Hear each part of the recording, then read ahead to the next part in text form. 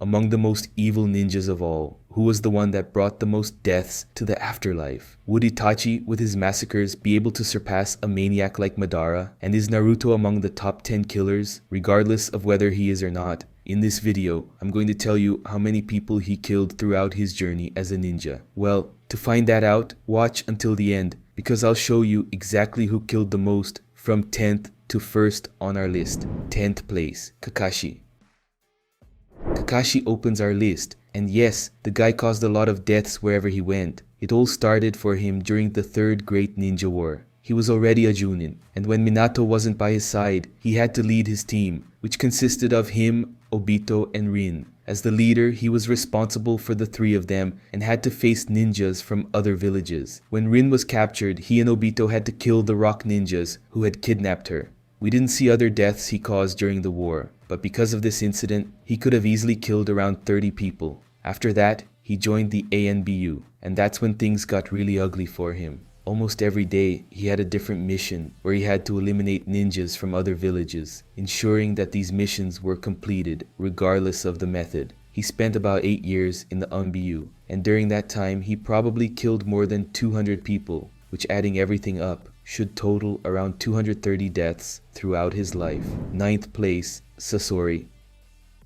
This one doesn't even need much explanation. During the Ninja War, when he was still a ninja from the Sand Village, people gave him the name Sasori of the Red Sand. Why? Because in addition to being a ninja from the Sand Village, he left blood wherever he went, earning him that name. The war, which lasted a few months, was enough for him to kill over 100 people in total. When he turned against his own village, he started using human corpses as puppets, so much so that his 100 puppets jutsu is made up of ninjas he killed. So add another 100 to his count, but it doesn't stop there. He continued his cruelties, killing ninjas left and right. During this time, he joined the Akatsuki, where he was responsible for even more brutal missions, killing many people. Additionally, when he used his 100 puppets jutsu, he claimed to have used it to destroy an entire nation. Therefore, during the time he became a rogue and began working for the Akatsuki, he must have killed about 500 people. Adding everything up, Sasori is responsible for over 700 deaths. 8th place, Itachi.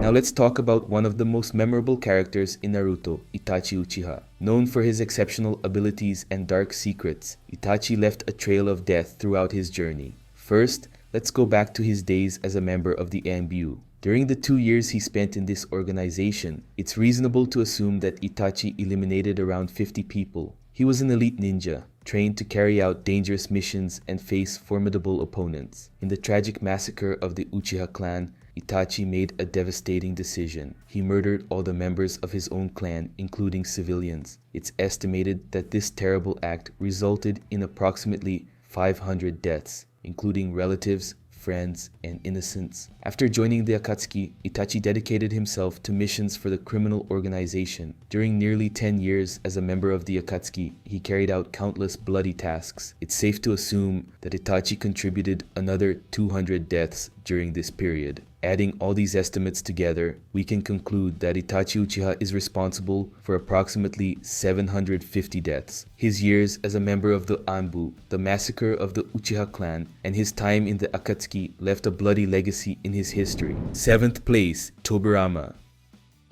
During the turbulent times of the wars between the Uchihas and the Senjus, Tobirama intensely experienced the horrors of the battlefield. From childhood to adulthood, he was involved in these wars, accumulating around 20 years of bloody experience. His reputation for relentlessness was well known by all, especially when it came to facing the Uchihas. It's estimated that Tobirama took the lives of approximately 600 enemy ninjas during these wars. Additionally, Tobirama played a crucial role in the First Ninja War. He led the battalion on the front lines, facing the enemy in bloody battles. His presence on the battlefield resulted in an additional approximately 200 deaths during this particular conflict. Considering these numbers, we can assume that Tobirama Senju accumulated around 800 deaths throughout his life as a relentless warrior. 6th place, Orochimaru.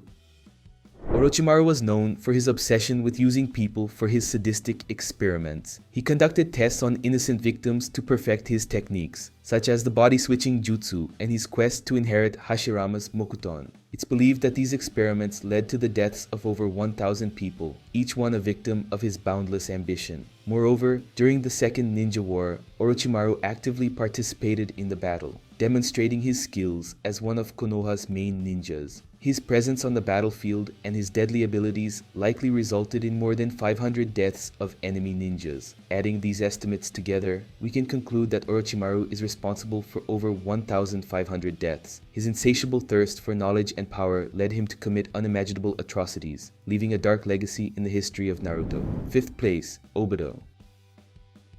During the Third Ninja War, he wasn't that strong, so he probably killed at most about 10 people. When he tried to save Rin and Kakashi, we saw him kill around 10 more ninjas from the mist. After taking on the name Madara, he killed members of the old Akatsuki, which probably adds up to around 20 members. But his biggest massacre probably occurred when he controlled the 4th Mizukage and used him to turn the mist into a bloodthirsty village. In that process, he probably killed about 1,000 ninjas just by controlling the Mizukage, and I'm not even talking about the deaths that happened indirectly through him. During the 4th Ninja War, things definitely went to another level. By controlling the Jubi, he probably killed more than 2,000 ninjas, considering there were originally over 80,000 ninjas in the Alliance. Adding all of this up, he probably killed 3,040 people. 4th place, Madara.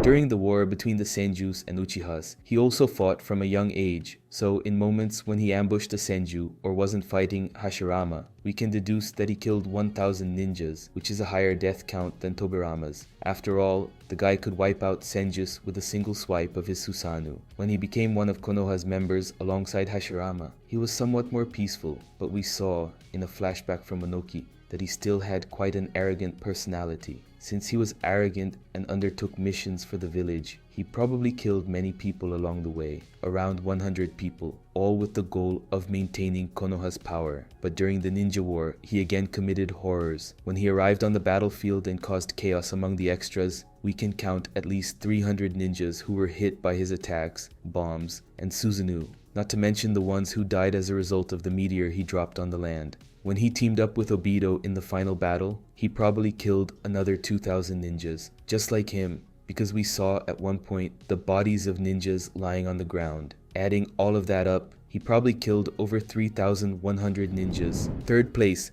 Hidan. This guy's life is a massacre. He kills for pleasure simply because of his devotion to the god Jashin. In that scene where he and Kakuzu attack some monks, they end up killing all of them, which must account for about 50 deaths just for Hidan. Now imagine how many dojos or places with large groups of people he killed all at once. He did this every day. Until his defeat by Shikamaru, he was 22 years old. Let's say he started his massacres at the age of 10, which would give him 12 years of service to the god Jashin. Now let's assume he killed an average of 3 people per day, which is a low number considering that sometimes he wiped out entire places filled with people. So, doing the math, Hidan must have killed around 13,140 people. 2nd place, Otsutsukis. In this section, we'll talk about the Otsutsukis as a whole, because each one wipes out an entire planet. It's never been mentioned how many planets they've already consumed, but roughly speaking, Otsutsukis like Ishiki, Kaguya, and Momoshiki must have consumed about 4 planets. I don't know if that seems like a small number to you, but man, it's an entire planet. Imagine the power of an entire planet at your disposal. Well, each of those planets must have at least 1 billion inhabitants. That means they must have killed more than 4 billion people while consuming those planets. 1st place, Shibai.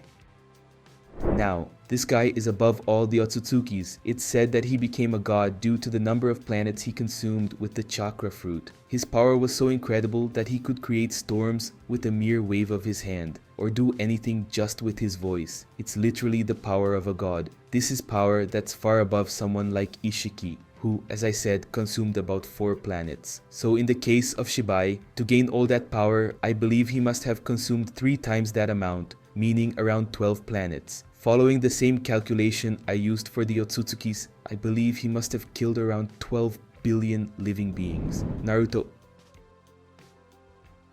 As promised, I said we'd talk about Naruto, right? Well, He probably killed 3 beings throughout his life. The first was a sand ninja named Yura. He had been controlled by the Akatsuki, and in the end, he was used as a clone that utilized 30% of Itachi's chakra. Naruto defeated him with a Rasengan, which led to his death. Then, Naruto was one of the main causes of the possible death of Urashiki. With his Rasengan combined with Boruto's, he was apparently evaporated by the energy, so he probably died. And we also have Ishiki, who was mainly killed because of Naruto. Using Baryon mode, Naruto landed blows that shortened Ishiki's life expectancy, causing his death. All these guys killed cold-bloodedly. But do you know who's about to commit a crime too?